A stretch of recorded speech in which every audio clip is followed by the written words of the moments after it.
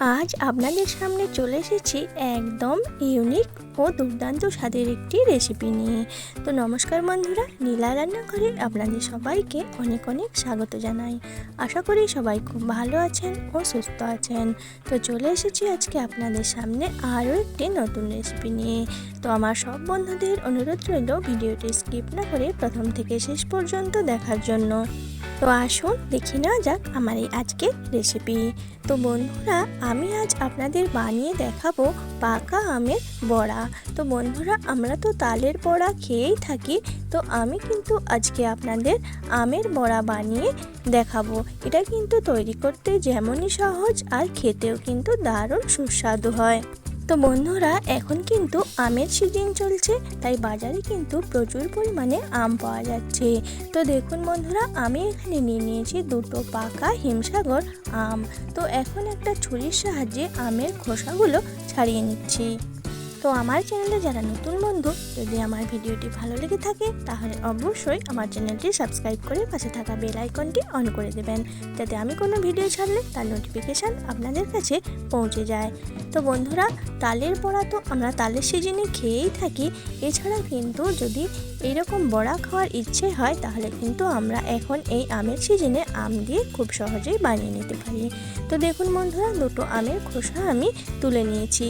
তো এরপর একটা বড় ছাঁকনির সাহায্যে আমের পাল্প বের করে নেব। তো বন্ধুরা, আমরা ঠিক যেভাবে তালের পাল্প বের করি ঠিক একইভাবে আমের পাল্প কিন্তু আমি একটা ছাঁকনির সাহায্যে বের করে নিচ্ছি। তো এতে করে কি হয়, এর ভিতরে কিন্তু কোনো রকম দানা থাকে না। তো এখনও পর্যন্ত যে সমস্ত বন্ধুরা আমার ভিডিওটি দেখছেন অথচ ভিডিওতে একটি লাইক করতে ভুলে গিয়েছেন বা লাইক করেননি, তো অনুগ্রহ করে আপনারা ভিডিওতে একটি লাইক করে দেবেন। তো বন্ধুরা, দুটো আম থেকে কিন্তু আমার পাল্প বের করা হয়ে গিয়েছে। এখন এখানে মিশিয়ে দিচ্ছি কিছু উপকরণ। তো প্রথমে আমি দেখুন এখানে দিয়ে দিচ্ছি 1 বাটি চালের গুঁড়ো। তো আরও হাফ বাটি আমি চালের গুঁড়ো দিয়ে দিচ্ছি। তো মোট এখানে আমি 1.5 বাটি চালের গুঁড়ো দিয়েছি। এরপর দিয়ে দিচ্ছি হাফ বাটি ময়দা। তো এরপর আমি এখানে দিয়ে দেব হাফ বাটি সুজি। তো একই বাটি মাপ করে কিন্তু আমি উপকরণগুলো এখানে দিয়ে নিচ্ছি। তো এরপর আমি এখানে অ্যাড করে দিচ্ছি ওই বাটির 1 বাটির মতো চিনি। তো মিষ্টিটা আপনারা আপনাদের প্রয়োজন বুঝে দিয়ে নেবেন, বা উপকরণগুলো আপনাদের যতটা প্রয়োজন ঠিক সেই অনুযায়ী নিয়ে নেবেন। তো এরপর এখানে আমি দিয়ে দিচ্ছি স্বাদ অনুযায়ী লবণ, একটা ছোট চামচের 2 চামচ কালো জিরে। তো কালো জিরের ফ্লেভারটা কিন্তু এই বড়াতে কিন্তু খেতে দারুণ লাগে। এরপর দিয়ে দিচ্ছি দেখুন ছোট চামচের 1 চামচ মৌরি। তো এরপর সমস্ত উপকরণগুলোকে কিন্তু আমি হাতের সাহায্যে ভালোভাবে মেখে নেব। তো বন্ধুরা, আপনাদের একটা লাইক কিন্তু আমাদের পরবর্তী ভিডিও বানাতে অনেক উৎসাহিত করে আর আমাদের চলার পথে এগিয়ে নিয়ে যেতে অনেক সাহায্য করে। আর ভিডিওর শেষে একটা কমেন্টে জানাবেন যে রেসিপিটি আপনাদের কাছে কেমন লাগলো। তো বন্ধুরা দেখুন, সমস্ত উপকরণগুলোকে একটা দইয়ের আকারে আমি বেশ ভালোভাবে মেখে নিয়েছি। তো এরপর এখানে দিয়ে দিচ্ছি হাফ বাটি জল। তো হাফ বাটি জল আমি একবারে দিচ্ছি না, অল্প অল্প করে দিয়ে একটা স্মুথলি কিন্তু ব্যাটার আমি তৈরি করে নেব। তো বন্ধুরা, আমরা তালের বড়া বানালে যেরকম ব্যাটার ব্যবহার করি, তো সেই রকমই একটা ব্যাটার কিন্তু আমরা তৈরি করে নেব। তো দেখুন অল্প অল্প করে জল দিয়ে ভালোভাবে ব্যাটারটাকে তৈরি করে নিচ্ছি ও ফাটিয়ে নিচ্ছি। তো এতে করে তালের বড়াগুলো কিন্তু খুবই হালকা হবে।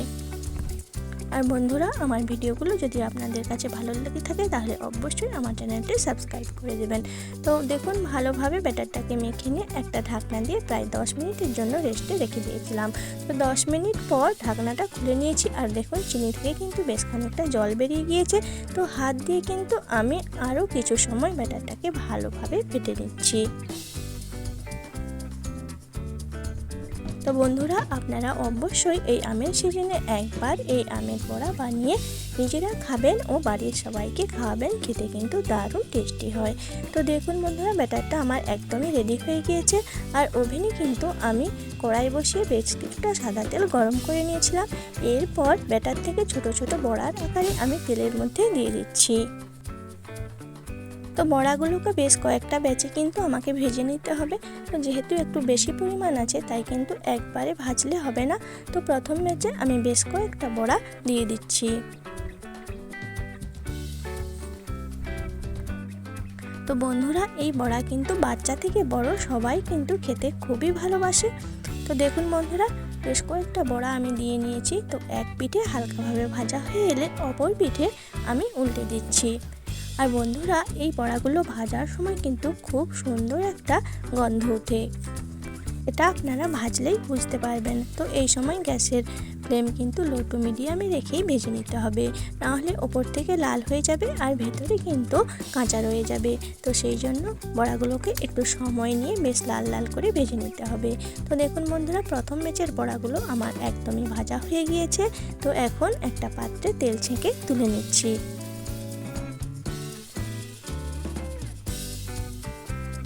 তো আবারও তেলের মধ্যে দিয়ে দিচ্ছি বেশ কয়েকটা বড়া।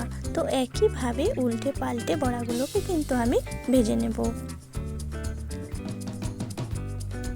তো বন্ধুরা, সমস্ত বড়াগুলোই আমার ভাজা হয়ে গিয়েছে। তো কতগুলো বড়া আমার তৈরি হয়ে গিয়েছে দেখুন, দেখেই বুঝতে পারছেন যে বড়াগুলো কতটা লোভনীয় হয়েছে।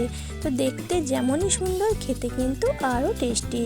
তো কেমন লাগলো আমার এই আজকের রেসিপিটি অবশ্যই কমেন্টে জানাবেন। ভালো লাগলে একটু লাইক করে চ্যানেলটি শেয়ার করে দেবেন।